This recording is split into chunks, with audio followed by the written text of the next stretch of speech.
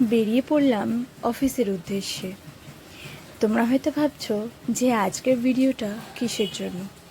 আজকের ভিডিওটা সেই মানুষটার জন্য যে মানুষটা লাস্ট 2 মাসে আমার মনে অনেকটা জায়গা করে নিয়েছে।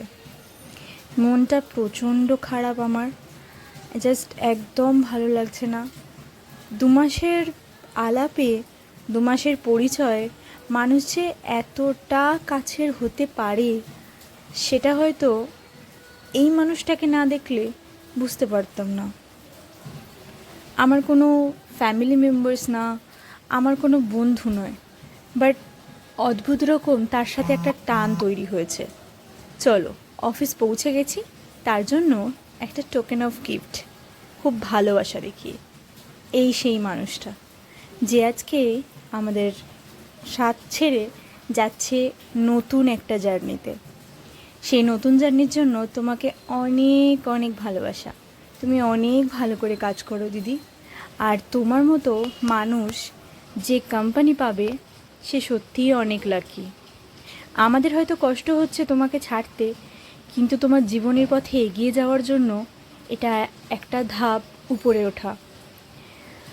আমরা সব সময় তোমার পাশে আছি, বিশেষ করে আমি তো তোমার পাশে আছি সব সময়। নিজের ফ্যামিলি, নিজের মেয়ে সবাইকে ছেড়ে তুমি এতটা দূরে যাচ্ছ নিজের জীবনের একটা অধ্যায় শুরু করার জন্য। তার জন্য তোমাকে অনেক অনেক ভালোবাসা। তো চলো, এই মানুষটাকে এবার একটু এগিয়ে দিয়ে আসা যাক। আরও একজনের কথা না বললেই নয়, সেটা হচ্ছে দাদা, মানে দিদির হাজব্যান্ড, যাকে আমি আজকে প্রথম আলাপে দেখে মানে সত্যি তার প্রতি আমার শ্রদ্ধা বেড়ে গেল। তার কারণ এত সাপোর্টিভ মানুষ যে হতে পারে এবং এতটা কঠিন হতে পারে সেটা না দেখলে হয়তো বুঝতেই পারতাম না।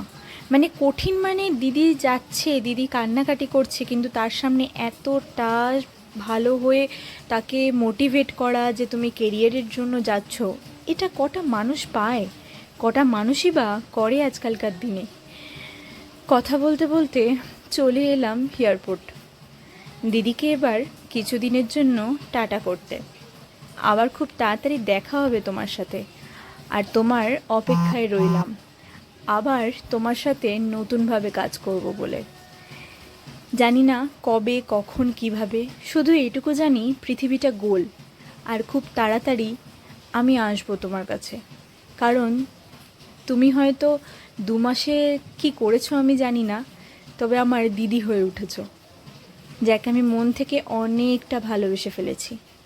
আর তোমার সমস্ত রকম বিপদে, সমস্ত রকম প্রয়োজনে আমাকে তুমি পাশে পাবে। খুব ভালো থেকো দিদি, খুব খুব ভালো থেকো।